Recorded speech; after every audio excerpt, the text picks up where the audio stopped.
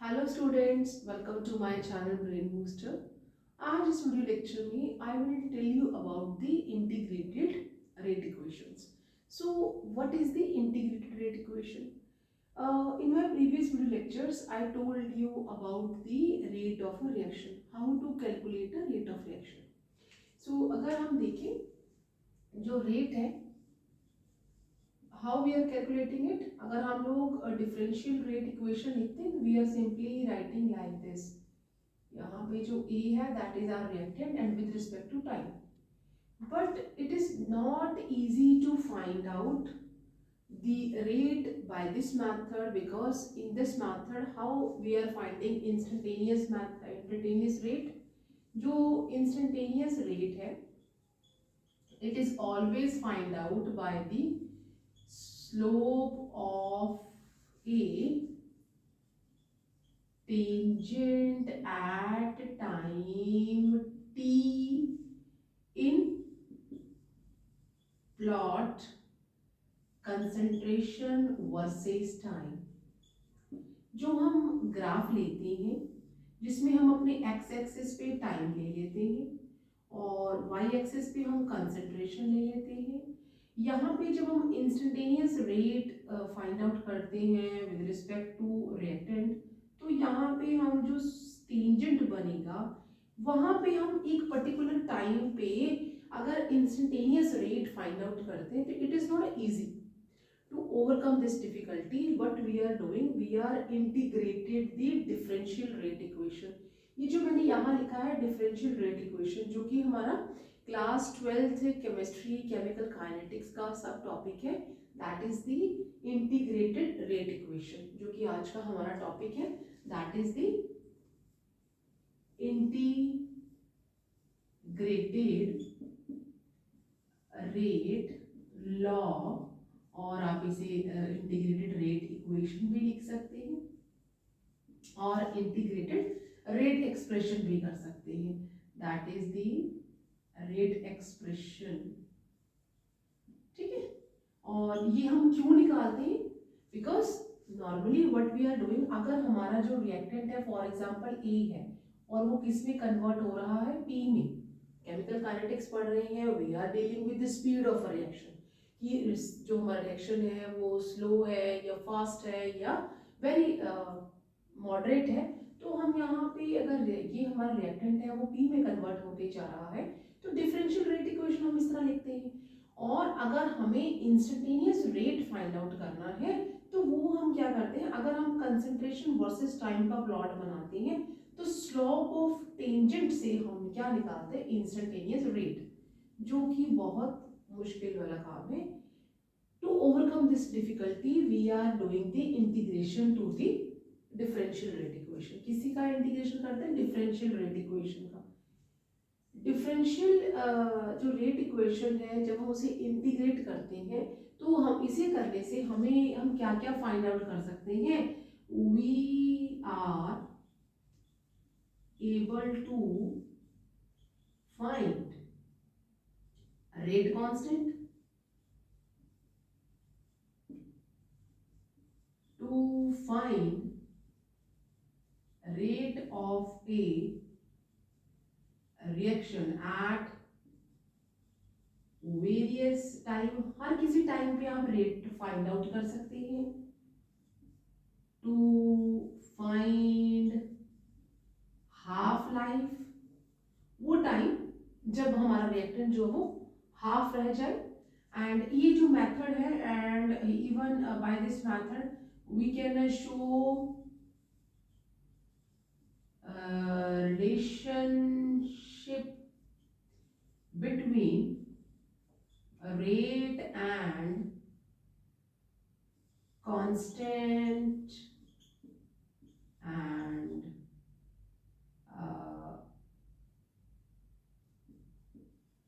Time. So ये सारी method, ये सारी वेज हैं, जब हम डिफरेंशियल इंटीग्रेटेड रेट लॉ का यूज करेंगे तो हम इन्हें फाइंड आउट कर सकते हैं।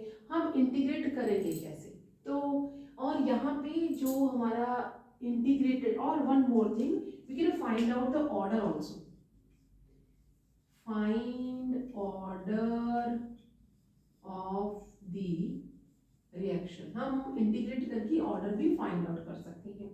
जो इंटीग्रेटेड रेट लॉ है वो सब जो जीरो ऑर्डर है उसके लिए अलग होगा, फर्स्ट ऑर्डर के लिए अलग होगा और सेकेंड ऑर्डर के लिए अलग होगा। लेकिन according to board examination NCERT syllabus for the 12th class we are only dealing for the zero order and for the first order. हम इंटीग्रेट करेंगे डिफरेंशियल रेट इक्वेशन को जीरो ऑर्डर के लिए और फर्स्ट ऑर्डर के लिए, जो कि हमारा एनसीईआरटी सिलेबस 12th क्लास के लिए है। तो let's find out first how to integrate the rate differential rate equation for zero order. ठीक है, इसे नोट करें, then I can move forward. Okay,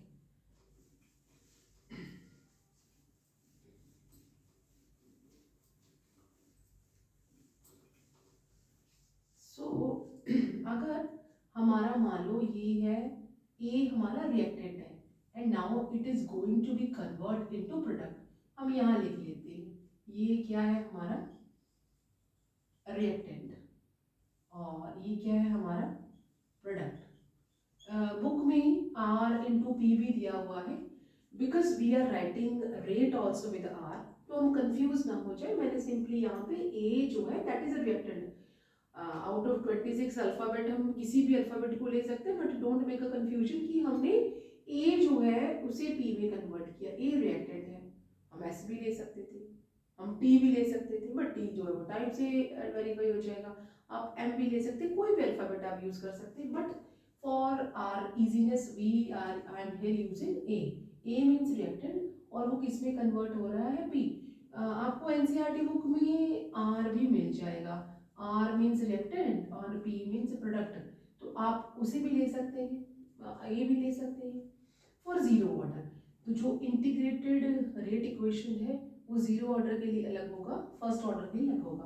तो यहाँ हम कर रहे हैं जीरो ऑर्डर के लिए, for zero order, zero order. और यहाँ पे क्या हो जाएगा, इंटीग्रेटेड रेट लॉ या इंटीग्रेटेड रेट एक्सप्रेशन या integrated rate equation zero order. अगर ये मेरा रिएक्टेंट है और ये प्रोडक्ट में जा रहा है तो मैं रेट कैसे लिखूंगी, रेट इक्वल टू, मैंने अपने प्रीवियस वीडियो लेक्चर्स में आपको बताया how to write the rate. K constant है with respect to molar concentration of the reactant, ये लिख लेते हैं। पर मैंने यहाँ पे क्या लिखा, जीरो ऑर्डर है, सो हम लोग पावर दे देंगे ऊपर, ये ऑर्डर शो करता है। अगर इस तरह से है तो रेट जो है डिफरेंशियल रेट, यहाँ पे हम लिख लेते हैं डिफरेंशियल रेट इक्वेशन और रेट लॉ। हम लोग डिफरेंशियल रेट लॉ जो है दैट इज दी आर क्या हो जाएगा minus D molar concentration of reactant divided by d T. इसे हम इक्वेशन नंबर 1 मान लेते हैं, इसे हम इक्वेशन नंबर 2 मान लेते हैं। रेट जो है वो ऐसा भी लिखा जा सकता है, रेट जो है वो ऐसा भी लिखा जा सकता है। तो ये रेट लॉ है, ये डिफरेंशियल रेट लॉ है। It implies from equation 1 and 2। अगर मैं इक्वेशन 1 और 2 को देखूं तो what I am getting here, k this is r rate law, ये हो जाएगा इक्वल टू आर रेट, लिख दिया एंड रेट ऑल्सो किसके बराबर है, डी बाय डी टी। ये हमारा डिफरेंशियल रेट इक्वेशन है और ये हमारा रेट लॉ है। अगर ये इक्वेशन 3 मान लेते हैं, रेट इसकी भी इक्वल है, रेट इसकी भी इक्वल है, तो ये दोनों भी आपस में इक्वल हुए, तो हमें दिस इंप्लाइज क्या हो गया, k a naught equal to minus D a by d t. As we know molar concentration to the power 0 क्या होता है, because molar concentration to the power 0 को क्या हम लेते हैं, यूनिटी, क्या मानते हैं, 1 मानते हैं, यूनिटी मानते हैं। तो ये 1 हो जाएगा, which implies k into 1 equal to minus D A by D T, ऐसा हो जाएगा। नाउ इसके नीचे कुछ भी नहीं है तो मीन्स 1 तो है। डू द क्रॉस मल्टीप्लीकेशन, हम इसे क्रॉस मल्टीप्लाई करेंगे, that is k D T equal to minus D A, ऐसा हो जाएगा ना। अब हम इसे इंटीग्रेट कर लेते हैं, इंटीग्रेट बोथ साइड्स, दोनों साइड्स को इंटीग्रेट कर लेते हैं और लिमिट लगा लेते हैं। जो t है अपर लिमिट, t की अपर लिमिट हो जाएगी t और लोअर लिमिट हो जाएगी 0, और a की अपर लिमिट हो जाएगी a और लोअर लिमिट हो जाएगी a naught, initial concentration to final concentration, final time to initial. ठीक है, तो अगर हम इसमें इसको इंटीग्रेट करते हैं, इंटीग्रेट कर लो, अगर हम k dt, अगर k तो हमारा ऐसे ही आ जाएगा k, और dt का लिमिट लगा लेते हैं टाइम 0 से लेके t तक, तो हमारा t बाहर आ जाएगा जिसकी जो लिमिट लग गई है that is the 0 and t equal to minus, ऐसा ही रहेगा। और da कैसे बाहर आ जाएगा, a, जिसके साथ लिमिट आ जाएंगी that is a naught to a। ठीक है, लिमिट लगाने का मतलब होता है कि इस समय से लेके इतने समय तक मैं पता कर रही हूँ। जैसे यहाँ पर टाइम है, मतलब मैंने t0 से लेके t टाइम तक टाइम लगाया है, और इनिशियल कंसंट्रेशन से लेके इस कंसंट्रेशन तक मैं फाइंड आउट कर रही हूँ रेट लॉ और रेट इक्वेशन।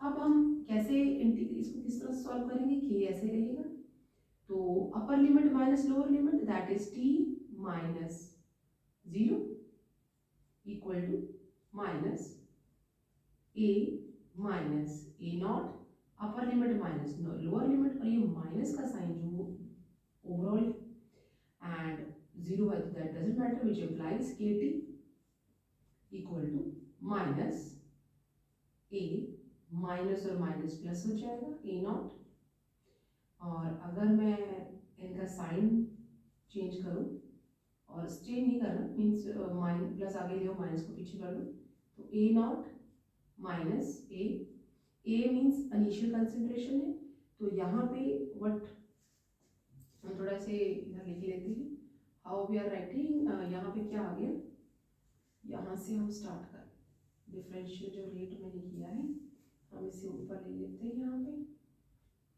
और यहाँ पे लिमिट लगा देते हैं, we are having a naught to a, तो यहाँ से फर्दर सॉल्व कर लेते हैं, that is k t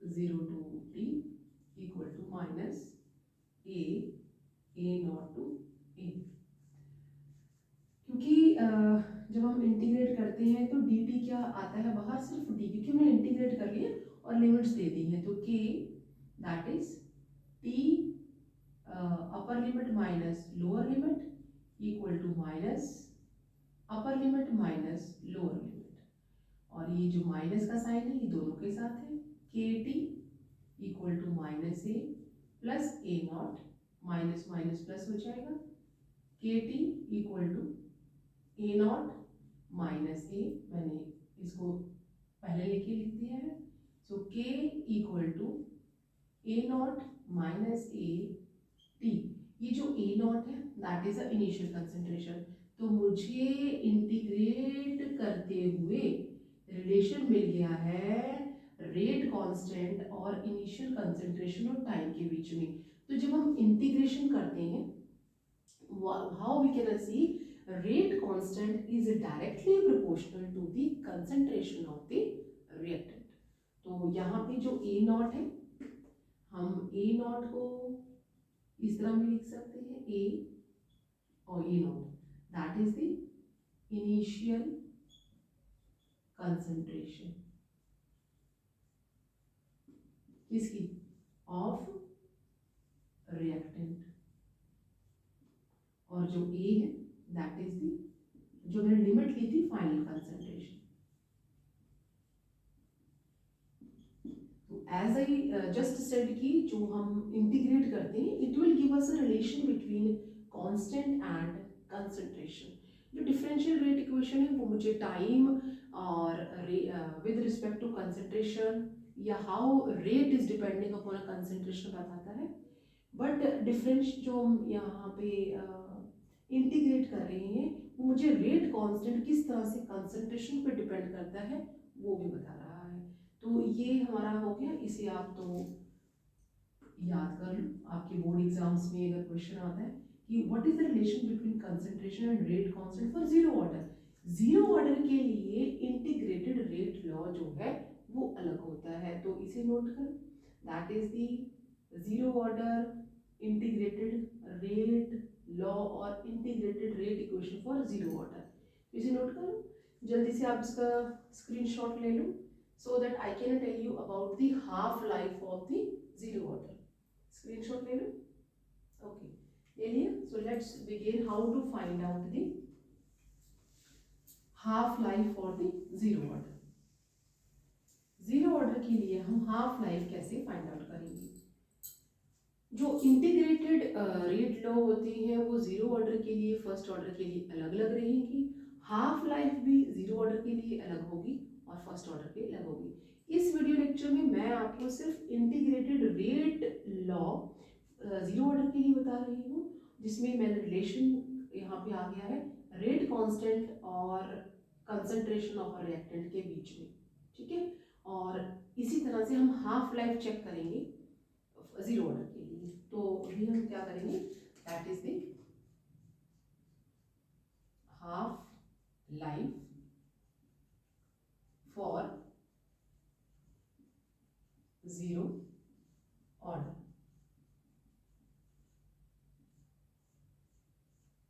zero order reaction, इसे मैंने इसलिए रब नहीं किया क्योंकि हम इसी को यूज करेंगे। ये है हमारा जो हमने differential rate equation zero order के लिए इंटीग्रेट की, तो मुझे ये रिलेशन मिला।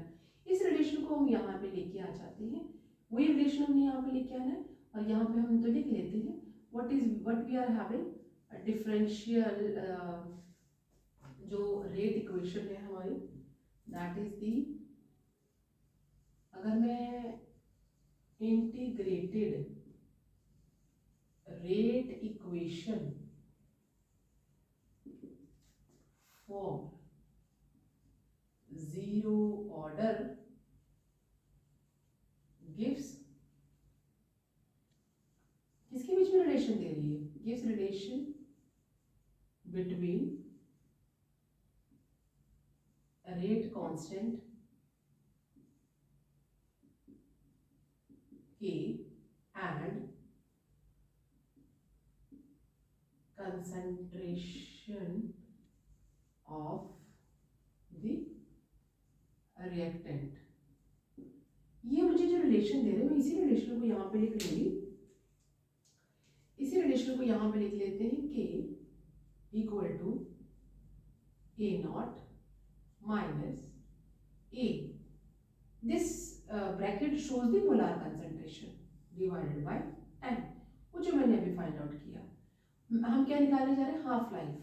अगर हम हाफ निकाल रहे हैं, हाफ का मतलब होता है वो टाइम जिसमें रिएक्टेंट की कंसंट्रेशन हाफ रह जाए। तो फॉर हाफ लाइफ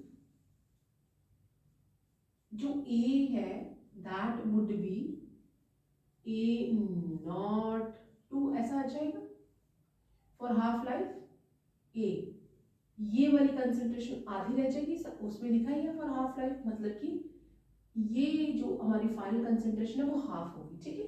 और टाइम क्या हो जाएगा, that is the T half, वो समय जब इनिशियल कंसंट्रेशन हाफ हो जाए, मतलब फाइनल कंसंट्रेशन ये रहेगी और फाइनल टाइम मेरा ये रहेगा। इन दोनों चीज़ों को हम इस इक्वेशन में सब्स्टिट्यूट कर देते हैं, तो substitute the value of A and T, हमें क्या मिल जाए, k equal to A naught minus A naught half, मैंने भी बताया हम फाइनल कंसिडरेशन ले लेंगे, divided by T, which implies इसके नीचे कुछ भी नहीं है तो 1 रहेगा। एलसीएम ले लेंगे, आई होप सभी को एलसीएम लेना आता है। 2 ले लिया, 1 की टेबल में 2 कब आता है, 2 पे, तो we are having A naught and minus 2 के टेबल में 1 पे ही आता है तो वो एज इट इज रह जाएगा एंड डिवाइडेड बाय, इसे हमने हाफ ले लेना है। ठीक, इसके नीचे भी कुछ नहीं है तो 1 लगा लेंगे। 2a में से 1a को माइनस कर दो, but we are having only A naught divided by 2 and T half and 1, इसके नीचे कुछ भी नहीं था, ये यहाँ पे आ जाएगा and it will move to here and what we are having, that is A naught 2 into half और ऊपर से 1 ही आ जाएगा। k क्या इसके साथ रिलेशन हो गया, which implies k equal to A naught means initial concentration divided by 2 half time. अभी मेरी जो कांस्टेंट है वो डायरेक्टली प्रोपोर्शनल है इनिशियल कंसेंट्रेशन की जब मैं हाफ लाइफ निकाल रही हूँ, तो ये भी एक रिलेशन आ गई। When I am finding half life for zero order, it shows that rate constant is directly proportional to initial concentration of the reactant। और इसके नीचे कुछ भी नहीं तो 1 है, हम इसे इंटरचेंज कर दें क्योंकि मैं हाफ लाइफ निकाल रही हूँ, ये t को इधर ले जाएंगे, k को इधर ले जाएंगे, तो we are interchanging the positions, cross multiply करके हम इंटरचेंज कर रहे हैं। तो हाफ लाइफ वो समय जब हमारा रिएक्टेंट हाफ रह जाए तो what we are having, A naught means initial concentration divided by 2k, के इधर चला गया, यहाँ पे आ गया। तो हाफ लाइफ अगर आपने जीरो ऑर्डर के लिए फाइंड आउट करनी है तो ये हमारे पास रिलेशन है। आज इस लेक्चर में what we learn that what is the relation between rate constant and initial concentration और concentration for zero order with respect to time. एक ये हमने याद किया, इसे याद कर लेना आपने। दूसरा, रेट कांस्टेंट जो हाफ लाइफ के साथ किस तरह से रिलेट करता है, आपके initial concentration by 2 half life, और half life can be find out by initial concentration divided by 2k। तो यहाँ पे ये भी बहुत इंपॉर्टेंट है, ये भी बहुत इंपॉर्टेंट है, और ये तो इंपॉर्टेंट है, sometimes we have to find out the half life for zero order, और this is the how rate constant relate with the concentration of the reactant। अब सभी को हम लोग इस तरह से ब्रैकेट में अगर डाल लेते हैं तो it shows the molar concentration, means we are talking about the concentration of the reactant। ठीक है, तो ये आज के टॉपिक के हमारे कुछ पॉइंट्स हैं। I hope I explain well, and for any doubt और anything else you can give me a comment. मिलते हैं नेक्स्ट वीडियो में, till then you take care, bye bye.